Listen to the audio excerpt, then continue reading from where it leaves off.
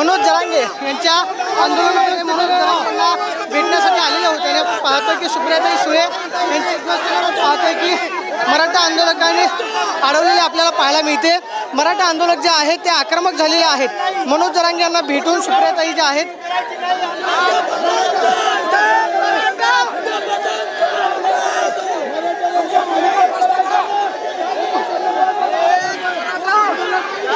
सध्या आपण पाहतोय की सुप्रियाताई सुळे जे आहेत त्या मनोज जरांगे यांना भेटण्यासाठी आलेल्या होत्या। मात्र सुप्रियाताई सुळे यांची गाडी जी आहे त्या ठिकाणी मराठा आंदोलकांनी अडवलेली आपल्याला पाहायला मिळते।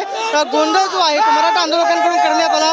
गाडीवरती आपण पाहतोय की गाडीच्या समोर हे सगळे मराठा आंदोलक जे आहेत ते आडवे झालेले आपल्याला पाहायला मिळत आहेत। कोणत्याही परिस्थितीमध्ये आम्ही सुप्रियाताईंना जाऊ देणार नाही अशा पद्धतीचा आक्रमक पवित्रा घेतलेला आहे।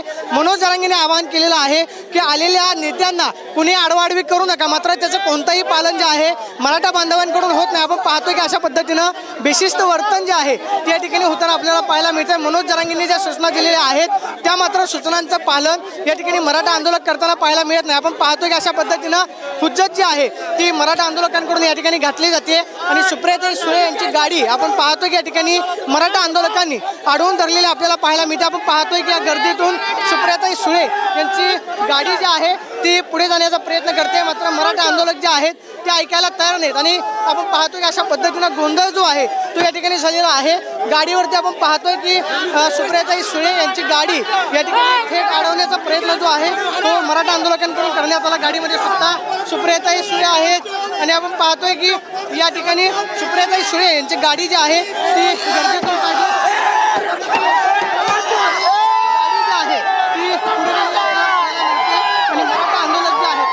पाहतोय की गोंधळ घालताना पाहायला मिळतात।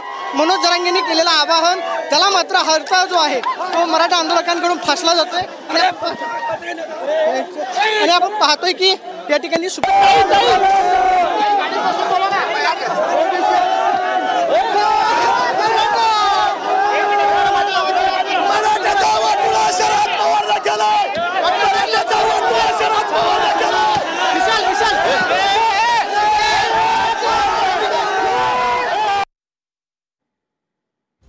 शरद पवारांच्या विरोधात एक मोठा संताप मराठा आंदोलकांकडून या ठिकाणी व्यक्त करण्यात आलेला आहे। खासदार सुप्रिया सुळे यांनी मनोज जरांगे पाटील यांची भेट घेतली, माध्यमांना प्रतिक्रिया दिली। मात्र त्यानंतर ते आपल्या गाडीकडे येत असताना मराठा आंदोलकांनी त्यांना घेराव घातला। त्याने गाडीपर्यंत पोहोचण्यामध्ये देखील अडचणी आलेल्या आहेत। यापुढे त्यांची गाडी जी आहे ती जाऊही दिली नाही।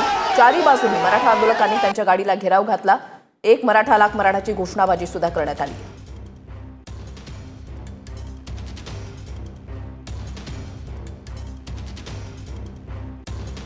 सुप्रिया सुळे यांच्या गाडीवर आंदोलकांनी अक्षरशः बॉटल्स ज्या आहेत त्या फेकलेल्या आहेत। मराठा आंदोलक जे आहेत ते आक्रमक झालेले आहेत। शरद पवारांच्या विरोधात त्यांच्याकडून घोषणाबाजी, एक मराठा लाख मराठा असं म्हणत घोषणाबाजी त्यांच्याकडून करण्यात आली। सुप्रिया सुळे यांना गाडीपर्यंत पोहोचण्यामध्ये देखील मोठी अडचण आलेली होती, कारण चहूबाजूंनी मराठा आंदोलकांनी त्यांना घेराव घातलेला होता आणि ज्या वेळेला त्या गाडीमध्ये बसल्या त्यावेळेला सुद्धा चारी बाजूनी गाडीला मराठा आंदोलकांनी घेराव घातला।